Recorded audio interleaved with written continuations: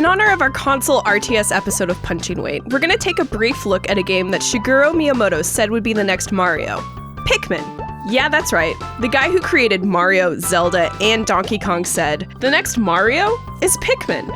Miyamoto, who, again, shaped the world of modern gaming in too many ways to count, saw serious potential in these little buggos. But not like normal potential. We're talking about record-breaking, money-rolling, world-changing potential. That's a little strange for an odd RTS all about the terrors of the unknown and the fragile, fleeting nature of life itself. I mean, Pikmin's great. They're cute. I personally really like it. But seriously, the next Mario? This is Mini Mortem, and today we're gonna take a look at how Miyamoto really likes Pikmin, you guys. And how Pikmin may have changed Nintendo.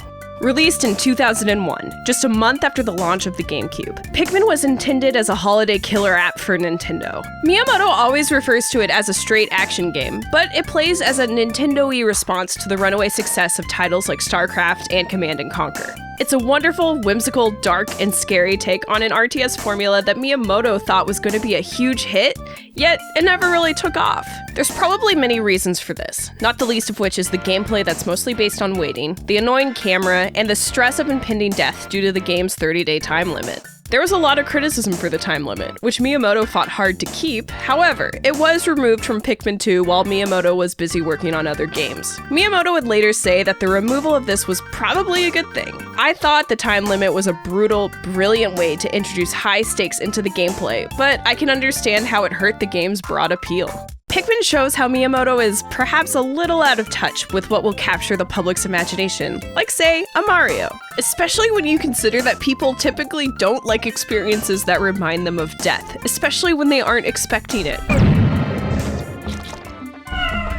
Would people like Mario if Peach was graphically murdered every time you failed a level? Okay, don't answer that. Still, Miyamoto has a special place in his heart for the Pikmin franchise. How do I know this, you ask? What did he make as the first Nintendo film since the Mario Brothers movie? Pikmin. He put Pikmin in this weird dance game that never got made. Also, look at this! Look at how happy he is! You can't fake this, it's so cute! Finally, what'd he name his dog? Pick. Sure, he told his family that he named the dog after a guitar pick, but he told his real family, us the gamers, the truth. And then he put him in Nintendogs. It's not exactly clear when Pikmin began development, though I'd say it was always likely intended as an early title for the GameCube. In fact, as you may remember from the GameCube's early lack of Mario or Zelda titles, Pikmin was basically Miyamoto's launch title for the system. Let's think about that. This was a time when Nintendo thought that Luigi and Pikmin were the best franchises to hang a brand new system on. Thank God they learned from that mistake. It's common to hear people say this game was based off of Miyamoto's love of gardening, but according to Miyamoto, it was actually based off of a demo intended to show off the GameCube's raw power, the Lovecraftian horror that is the Mario 128 demo. Showcased at Space World 2000, the demo features 128 3D Marios scrambling to disassemble their 8-bit forebear. Besides the, symbolism this represents, it was crazy because it proved a GameCube could render 128 distinct AIs on screen at one time. It wasn't until much later into the development of Pikmin that Miyamoto realized the gardening connection, though the development staff did use pictures of scenery and plants from around Miyamoto's house for levels of Pikmin. Actually, Pikmin was supposed to be based off of a different garden.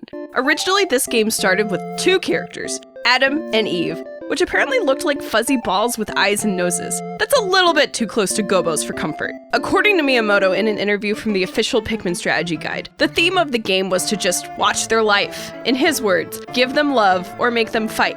Act like God. Apparently, the Adam and Eve fuzzies would then create colonies and multiply based on your decisions. Sounds a lot like another game released around the same time. Ultimately, the team revised this concept because it was hard for Nintendo to understand how this was really a game. But before you get upset about never seeing a God sim from Nintendo, don't forget, we did get Nintendogs. In an interview from 2013, Miyamoto told Mother3 champion and current editor-in-chief at Kotaku, Stephen Totilo, that the best game he'd ever made was Pikmin 3. That it was the ultimate realization of the concepts set forth in Pikmin 1. Could this just be him hyping up a lagging franchise for a lagging system? Perhaps. However, Pikmin seems to incorporate many of what would become Miyamoto's core game design philosophies. It melds creative and free-form puzzle solving with more traditional gameplay elements like item collection, resource management, with a bit of action sprinkled in. Miyamoto worked on Pikmin during a creative renaissance of sorts for his gameplay design philosophy, and it's sort of a stopgap between the old days and the new. In 2002, Miyamoto considered Pikmin to be a game that could appeal to his most treasured demographic, the non-gamer, even those who haven't ever played games before, and it was specifically designed to appeal to everyone. I know I was joking about Mario before, but let's take it back to the beginning. I'm talking about World 1-1. Mario is famously intended to be a learn-as-you-play sort of experience, and the way it teaches you is through death. But does that death matter, really? It's more of a boop on the nose. A sorry, better luck next time. In contrast, these individual Pikmin are really dying, and Pikmin 1 makes sure that you know it. It's literally described in-game as a horror. While I personally think Pikmin 1 has more valuable things to teach the world than Mario, it's hard to see Pikmin catching on the same way as the plump plumber himself.